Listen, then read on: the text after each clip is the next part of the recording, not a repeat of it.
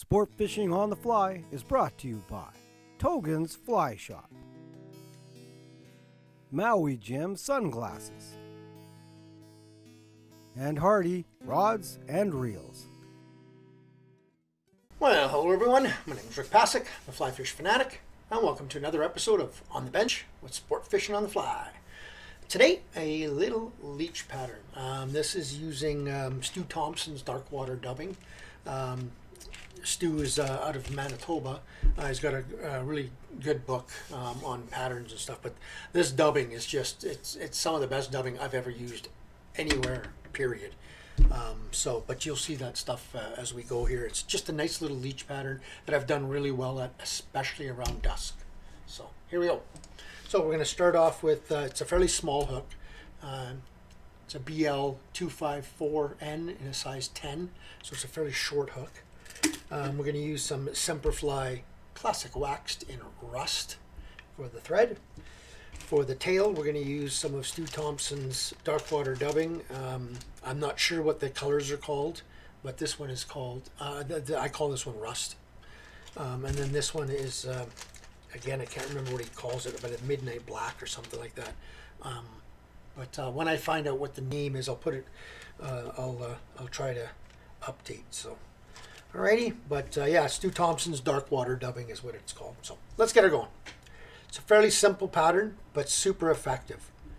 I really like these simple patterns that you can just have a couple of materials. Like, I mean, you got a vise to thread these two dubbings and your whip finisher and you're done, right? So, I mean, super simple to be able to do this on shore or in your cabin, you know, once it's been, if it's been producing really well, right? So I'm just going to take a little pinch of the rust, okay? And I'm just going to, all I'm going to do is, hopefully you guys can see it, I'm going to pull it and stack it, and pull it and stack it. And I just what I'm trying to do is align some of these fibers so they're all going the same direction. Then I'm going to just kind of roll it in my fingers just to get it like that. That's going to be my tail. So I'm going to just tie that down right about there. Just tie that down, the dubbing. Okay, and then I'm going to take this and I'm just going to fold it over. And that'll give me my tail. Right, so it's just a little tail that you're creating with the dubbing. I love doing dubbing tails. They slick back so nicely, and then they move so well. You see, already just doing that. So now I'm just going to come up there, get myself a dubbing loop. Yes, I do have a bit of a bulge there. I know that's normally what you don't do that, but I can build that all up with this dubbing now, right? So now I'm gonna take my wax, just wax my dubbing loop really well. Take my dubbing spinner. Put it in, and then I'm gonna grab some of the black red Darkwater dubbing here. And just, again, I'm just pulling it to have it in one direction, kind of. And then I'm going to just take a little bit and put it in. Take a little bit and put it in. A little bit and put it in. And if I spread that out just a wee tad, this will do enough for this whole fly. So now I'm just going to pinch my line and give it my thread and give it a good spin and let it go. Give it another really good spin and let it go.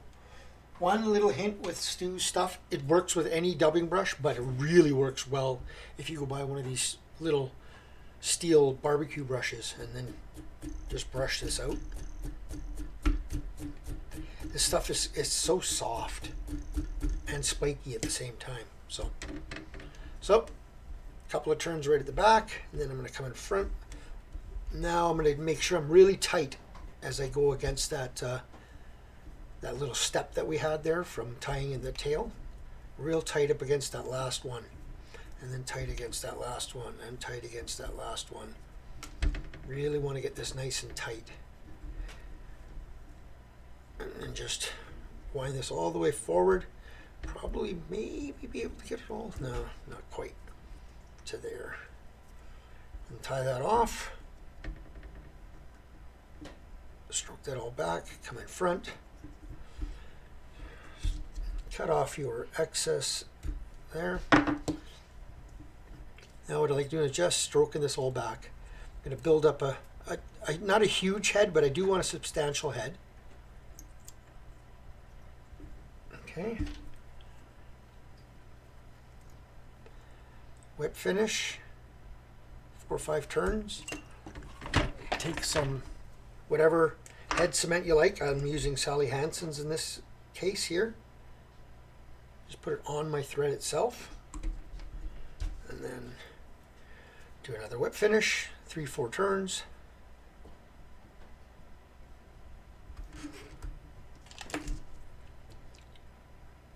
Cut off your thread. Okay.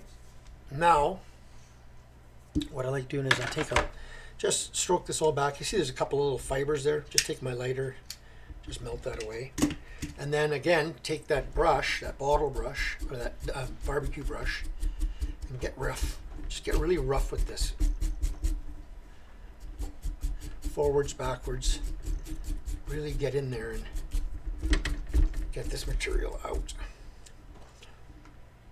And guess what? Here's your finished little fly. So when this gets wet, I'm just going to get it wet for you guys to see. This blends really nice and slicks back. So that's not fully wet, but it's just a little bit of saliva, but there you go. You can see how that just slicks back, and you got that nice little hint of that rusty orange out the back there. Right, here's another one I tied a little earlier. This one's a little thinner. So there, nice and slicked. Right? So, alrighty. Well, I hope you guys enjoyed that one. Give that one a shot. Like I said, this Darkwater dubbing, if you can get a hold of it through Stu Thompson's site, I think it's a WordPress site. It's excellent stuff. It comes in a myriad of colors. It's really good. If you can get it, great. If not, just find a really nice soft substitute. You want a nice soft one here, because this is going to really move a lot when it's in the water. It'll breathe and move, and that's the key to this one. So, alrighty. Well, I hope you guys enjoyed that. Tight lines, and thanks for tuning in to another episode of On the Bench with Sport Fishing on the Fly.